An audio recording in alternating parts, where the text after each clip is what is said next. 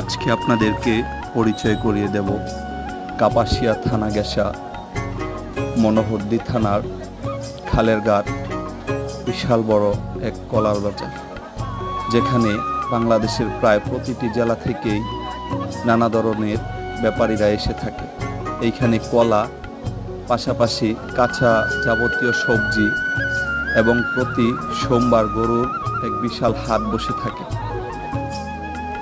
গ্রাম ঘেঁষা শহরের এক কোণে নদীর ধার দিয়ে বয়ে যাওয়া এই সুন্দর একটি বিচিত্রময় বাজার আজকে আপনাদেরকে দেখানোর ব্যবস্থা করে দিলাম।